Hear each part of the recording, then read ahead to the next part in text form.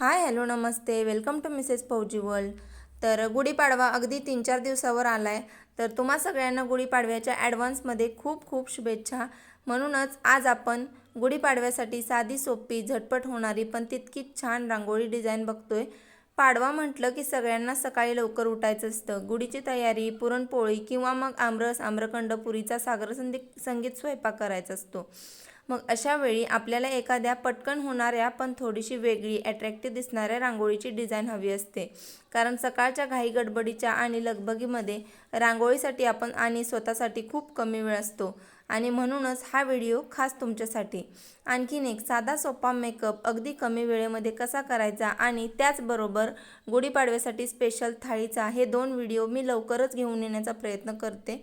So stay tuned आणि subscribe केलं नसेल तर सबस्क्राईब करा म्हणजे तुम्हाला नवीन व्हिडिओचे नोटिफिकेशन पोहोचेल। तर गुढीपाडवा हा सण चैत्र महिन्यातील पहिल्या दिवशी साजरा केला जातो, म्हणूनच या सणाला चैत्र पाडवा असंही म्हटलं जातं। तर या दिवशी मराठी नवीन वर्षाची सुरुवात होते। गुढीपाडवा हा सण महाराष्ट्र, गोवा, कर्नाटक, तमिळनाडू त्याचबरोबर राजस्थानमधल्या काही भागांमध्ये साजरा केला जातो। तर हिंदू नववर्ष अभिनंदन असं देखील म्हणलं जातं। तर हिंदू नवीन वर्षाची या दिवशी सुरुवात होते।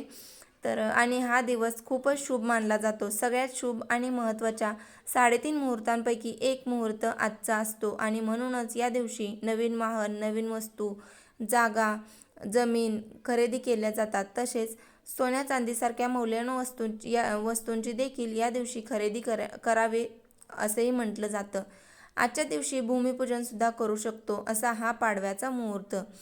गुढीपाडव्याचा सण आज उभारा रे गुढी, नव्या वर्षाचं रेन सोडा मनातली अडी, गेल्या साली गेली अडी आता पाडवा पाडवा, गेल्या साली गेली अडी आता पाडवा पाडवा, गुढीपाडव्याचा सण आज उभारा रे गुढी, नव्या वर्षाचं रेन सोडा मनातली अडी।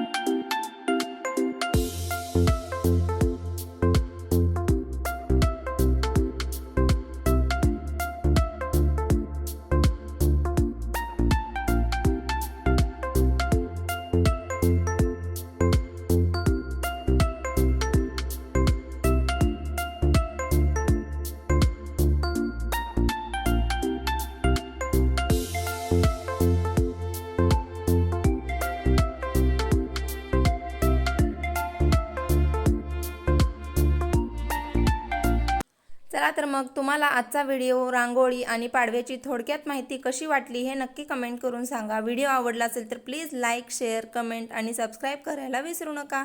Thanks for watching, bye bye, take care. पुन्हा भेटूया अशाच एका छानशा व्हिडिओसोबत। तोपर्यंत सगळ्यांनी काळजी घ्या।